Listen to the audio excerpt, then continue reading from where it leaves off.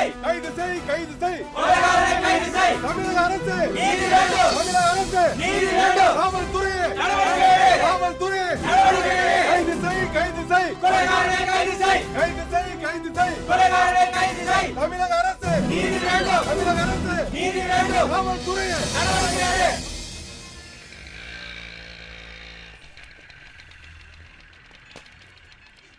என்னப்பா கால் சென்டருக்குள்ள எஸ்ஏ நிக்கிறாரு? இங்கேயும் வந்துட்டானா? நம்மள வேலை செய்ய விட மாட்டேன், தூங்க விட மாட்டேன் போல இருக்க. ஆமா, உனக்கும் போலீஸுக்கு என்னப்பா சம்பந்தம்? ஒண்ணு இல்லம்மா, ட்ரெயின்ல போயிட்டு இருந்தனா ஒரு கொலை நடந்துச்சு. கொலையா? அந்த கொலையை நான் பார்த்துட்டேன். யாராச்சும் ஐ விட்னஸ் இருக்கீங்களா, தைரியமா வந்து சாட்சி சொல்வீங்களான்னு கேட்டாங்க. ஸ்கூல் பையன் மாதிரி உள்ளே ஐயா அப்படின்னு கையை தூக்கிட்டேன். ஒரு பழமொழி கேள்விப்பட்டிருக்கேன், வேலையில போற ஓனர். உனக்கு இருந்தாலும் வெளித்தர ரொம்ப ஜாஸ்திப்பா. பாத்துப்பா, போலீஸ்காரன் ஃப்ரெண்ட்ஸ் மாதிரி தோல்ல கையை போட்டு பழகுவான். அவன் இழுத்து எழுதிக்கு நீ போகலன்னு வச்சுக்க, தோலுக்கு பக்கத்துல இருக்க கழுத்துல துண்டை போட்டு தர தர தரன்னு இழுத்துட்டு போயிடுவான். ஜாக்கிரதை. சரி சரி போ. நான் வரணுமா சார்? கூட கூட்டி வந்தாலும் ஃப்ரெண்டு நினைச்சிடாதீங்க.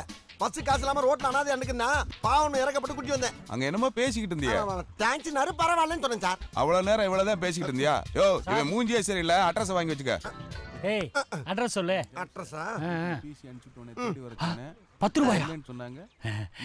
நீ போ, நான் பாத்துறேன். சும்மாயா வேஸ்ட். எனக்கு ஒரு ஃபோன் இருக்குல்ல, அதுக்கு ஃபோன் பண்ணா நான் வந்து பார்க்க மாட்டேனா? ஏன் வீட்டுக்கு வரக்கூடாதா? எங்களுக்கு தேவைப்பட்டா தேடித்தே வருவான். அதுக்காக அங்க போகாத இங்க போகாதன்னு போலீஸ்காரனை நோண்டி பார்க்காத சார். போலீஸ்காரங்க எல்லாம் வீட்டுக்கு வராங்க, வீட்டை காலி பண்ணி ஹவுஸ் ஓனர் ஏற்கனவே கத்திட்டு இருக்காங்க சார். எங்களுக்கு ஹார்பர்ல பிரச்சனை இருக்கத்தாயே செய்யுது, அதுக்காக. சரி சார், வந்த விஷயம் என்ன சொல்லுங்க. நாளை காலையில ஹார்பருக்குள்ள கூலி தொழிலாளி மாதிரி வேஷம் போட்டு போய் அங்க வேலை பாக்குறவன்ல யாராவது கொலை செஞ்சவன் இருக்கானான்னு பாத்துட்டு வா. அதெல்லாம் முடியாது சார். போலீஸ்காரன் எடுத்து பேசுறான். இனிமே அவன் சாவகாசு ஆகாதியா. இன்னைக்கு ஒரு நேரத்தை ஒதுக்கி வம்பு சண்டை எடுத்து அப்படியே கட்டி பண்ணி உண்டு அப்படியே கட் பண்ணிக்கிற வேண்டியதான். பகல் ஒழுங்கா தூங்கினா தான் ராத்திரியில் நல்லா வேலை பார்க்க முடியும். நீங்க ஏதாச்சும் சொல்லுங்க, சாயந்தரம் வந்து பாக்குறேன். எதியா உன் வேலை என் வேலை? இந்த ஒரு கேஸத்தை நான் டீல் பண்ணிக்கிட்டு இருக்கேனா? எத்தனை கேஸ் நான் டீல் பண்ணிக்கிட்டு இருக்கேன். நாளை கால் நீ ஹார்பருக்கு போற. யோ கான்ஸ்டபிள், இவரை நாளைக்கு நீ கூட்டு போற. Yes sir.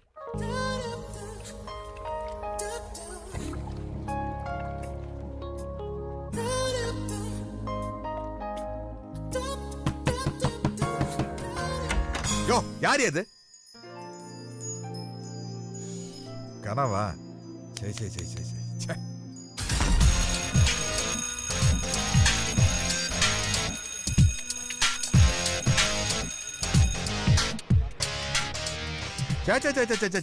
இந்த சென்னையில மனுஷனுங்கெல்லாம் எப்படிதான் பகல்ல வேலை பாக்குறாங்களோ தெரியலப்பா.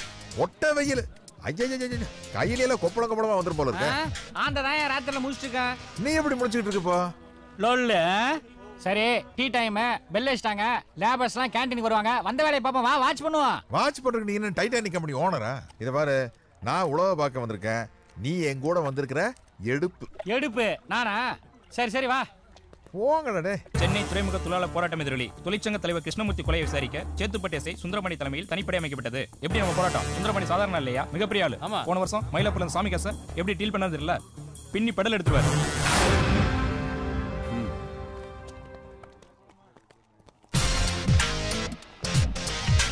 மாப்பிள்ள, கிருஷ்ணமூர்த்தி என்னமோ சத்தியசீல மாதிரி பேசிட்டு இருக்காங்க. ஆமா ஆமா, அவன் பண்ணிட்டு இருந்த அக்கிரமம் நமக்கு தெரியாதா என்ன? அவங்க அண்ணன் வெளிநாட்டுல இருந்து அனுப்பின கடத்தல் சரக்கெல்லாம் இவன் இங்க பதவியை பயன்படுத்தி வெளியே கொண்டு போயிட்டு இருந்தான். ஓ மச்சம்யா, தானா வந்து மாட்டுது பாரு. புடிச்சு கொண்டு போய் உன் முதலாளி சுந்தரவாண்டி முன்னாடி நிறுத்து. முதலாளியா? இன்ஸ்பெக்டர்னா முதலாளி தானே. அப்ப நீ வரலையா? யோ, இந்த ஆளை பிடிக்கிறது காக்கா பிடிக்கிறதுல எடுபடிகளோட வேலையா? புரியல. புரியலையா? தாங்க எடுபடின்னு தொண்டர்களுக்கு புரியாம இருக்கிறதுனால தான் நாட்டுல இத்தனை தலைவர்கள் இருக்காங்க. Politics logic. என்னென்னவோ சொல்றாரு, புரிய மாட்டேங்குதே. உங்களுக்கு என்னென்ன தெரியுமோ அதெல்லாம் சொல்லுங்க, உங்க பேர் வெளியே வராது. யோ கண்ணன் சார், இவங்க என்ன சொல்றாங்களோ நோட் பண்ணி வை, பின்னாடி யூஸ் ஆகும். Okay sir. ஆமா, ஜேம்ஸ் அங்க இருந்தே போயாச்சா? இவங்க கிருஷ்ணமூர்த்தியை பத்தி தப்பா பேசுறாங்கன்னு கையை கட்டு போயிட்டார் சார். சார், இவனுங்க நைஸா பேசி தள்ளிட்டு வரதுக்குள்ள போதும் போதும் ஆயிடுச்சு சார். Good morning sir. என்ன ஜேம்ஸ் சார், ஊரே மாத்திடலாம்னு முடிவு பண்ணிட்டீங்களா? இல்ல சார், வீட்டை காலி பண்ணிட்டேன். பின்னாடி சார், எப்ப பார்த்தாலும் வீட்டுக்கு போலீஸ்காரங்க வந்துட்டு இருந்தாங்கன்னா ஹவுஸ் ஓனர் சும்மா இருப்பானா? போனா வெளியே துரத்தி விட்டான். சரி, வேற வீட்டுக்கு குடி வரான்னு பார்த்தேன். அங்க மட்டும் நீங்க வராம இருப்பீங்களா? அப்புறம் அவனை என்ன துரத்தி விட்டுருவான். அதனால சார், கேஸ் முடிகிற வரைக்கும் போலீஸ் ஸ்டேஷன்ல குடி இருக்கிறதுன்னு முடிவு பண்ணிட்டேன். அண்ணே கான்ஸ்டபிள், என்ன வெளியில இன்னும் கொஞ்சம் லக்கேஜ் இருக்கு, போய் எடுத்துட்டு வந்துருங்க. நேத்து ஹார்பர்ல காஃபி பப்ஸ் எல்லாம் வாங்கி சாப்பிட்டீங்களா? அப்புறம் என்ன லுக்கு? போங்க. யோ, இவன் பேச ஆரம்பிச்சானா லுல்லு தாங்க முடியாதியா? காஞ்சி போன பப்ஸ் வேண்டான்னு சொன்ன, கேட்டியா நீ? யாரு நீ? யோ, அங்க போய் உட்காருங்க, அப்புறம் கூப்பிடுறேன். சரிங்க சார். எப்படி சார் போலீஸ் ஸ்டேஷன்ல இருக்கிற பாத்ரூம் நல்லா கழுவி சுத்தமா ஃபெனாயில் போட்டு வச்சிருப்பீங்களா? கப்படிக்காத. குளிக்கிறதுக்கு கார்பரேஷன் வாட்டர் இல்லை கிணறு தனியா சார்? கொசுக்கடி இருக்காத.